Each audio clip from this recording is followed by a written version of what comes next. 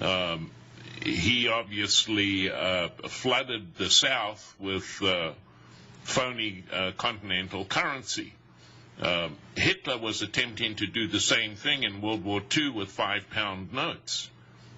History is replete with countries flooding the world with a phony currency of their enemies.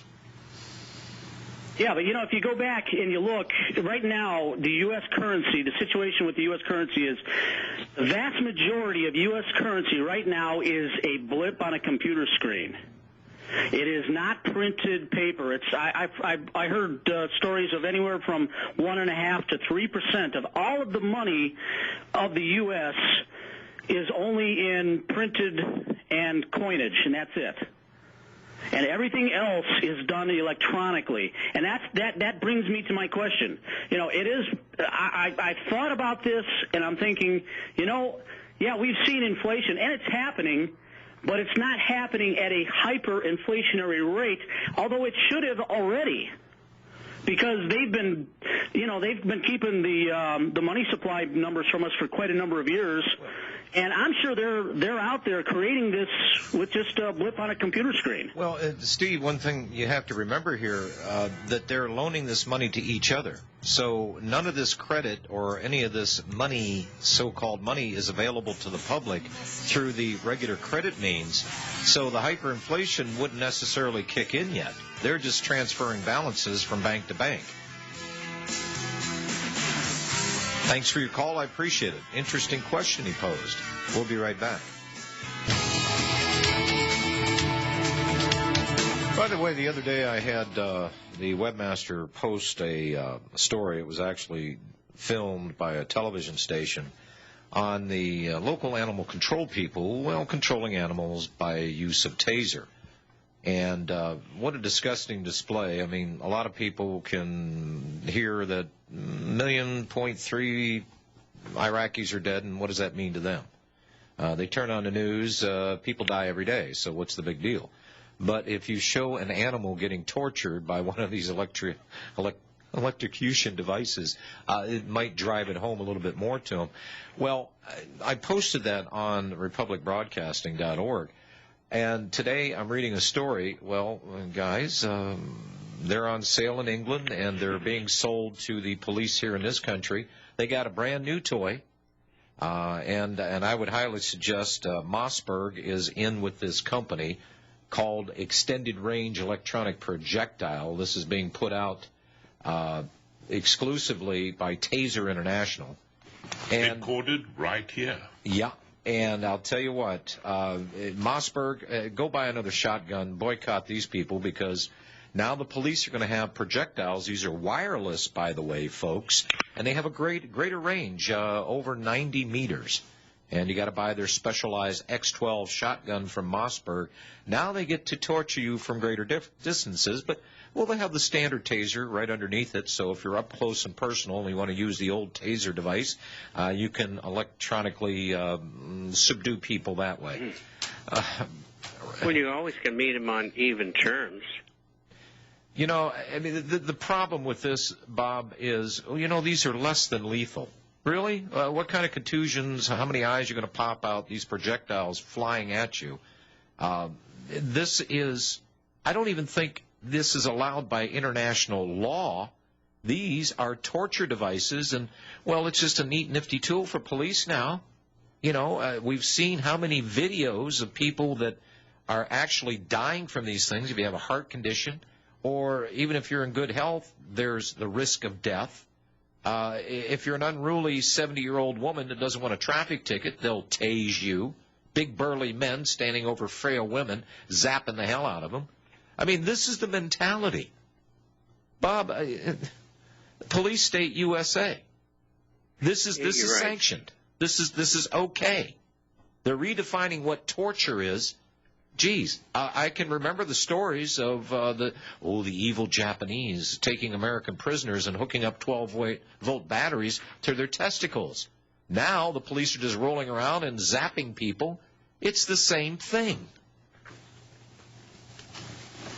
You're right. Let's go back. Let's go back to the phones here. I was just watching this during the break. This kind of mentality, the conditioning process that Americans are under right now, and the law enforcement. You guys ought to be ashamed of yourselves. I'll tell you what. You afraid of getting a little scuffed up? You have to put a Band-Aid on. Your little knuckles get scraped up or whatever, and you got to stand there and use.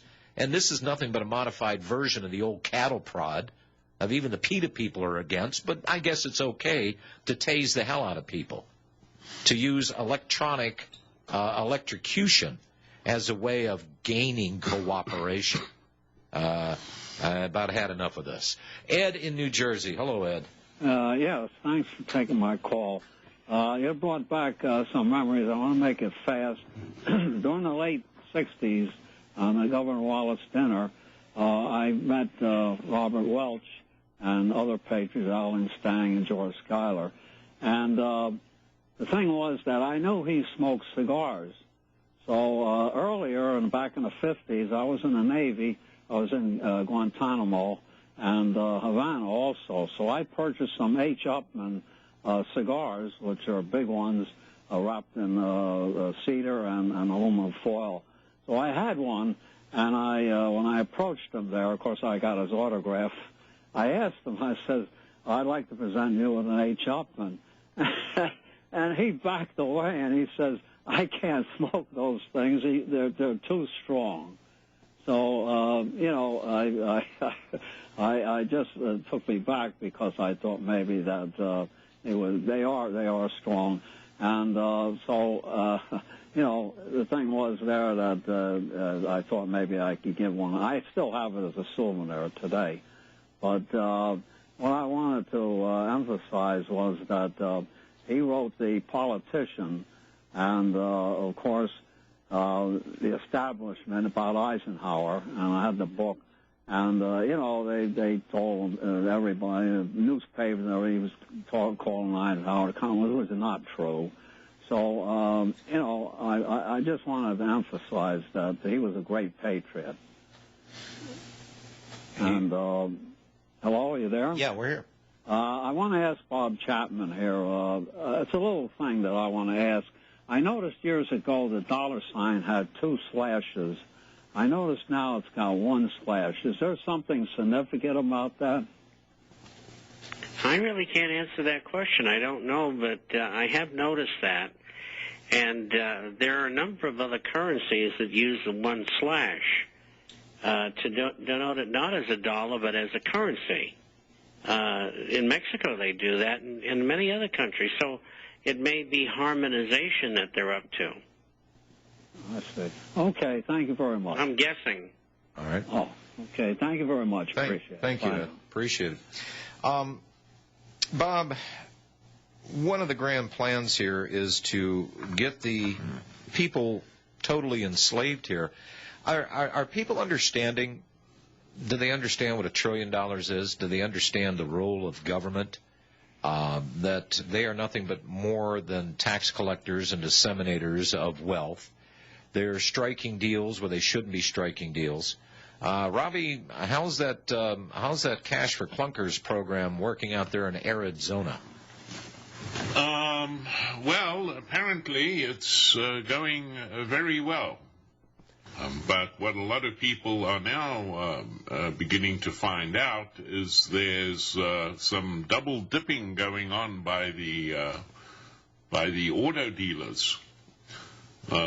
Because I guess there's the case of the taxes that has to be paid. Apparently, the auto dealers are charging full sticker price and pocketing the sales tax. Well, but I also heard that over $350 million is owed. I guess it's the government that owes the dealers for this little kind of bailout, get them back in a trick bag of refinancing stuff. But the dealers out there are owed some $350 million, and the government ain't paying. So they've had to put money up. That's their inventory. They've got to pay for it. But, are they going to treat health care the same way that they're treating these dealers? And a lot of them are opting out of this. Well, sure. Well, first of all, the cash for clunkers is not classified by the IRS as a trade-in. And there's a difference there. You see, if you sell a used car privately, the new buyer pays the sales tax, but you do not get the offset on the purchase of your replacement vehicle. The only way to get that is to trade the car. Now, dealers use this to effectively pocket the sales tax. So the buyers of these cars get nailed twice, you might say, because you pay sales tax on the full vehicle price, and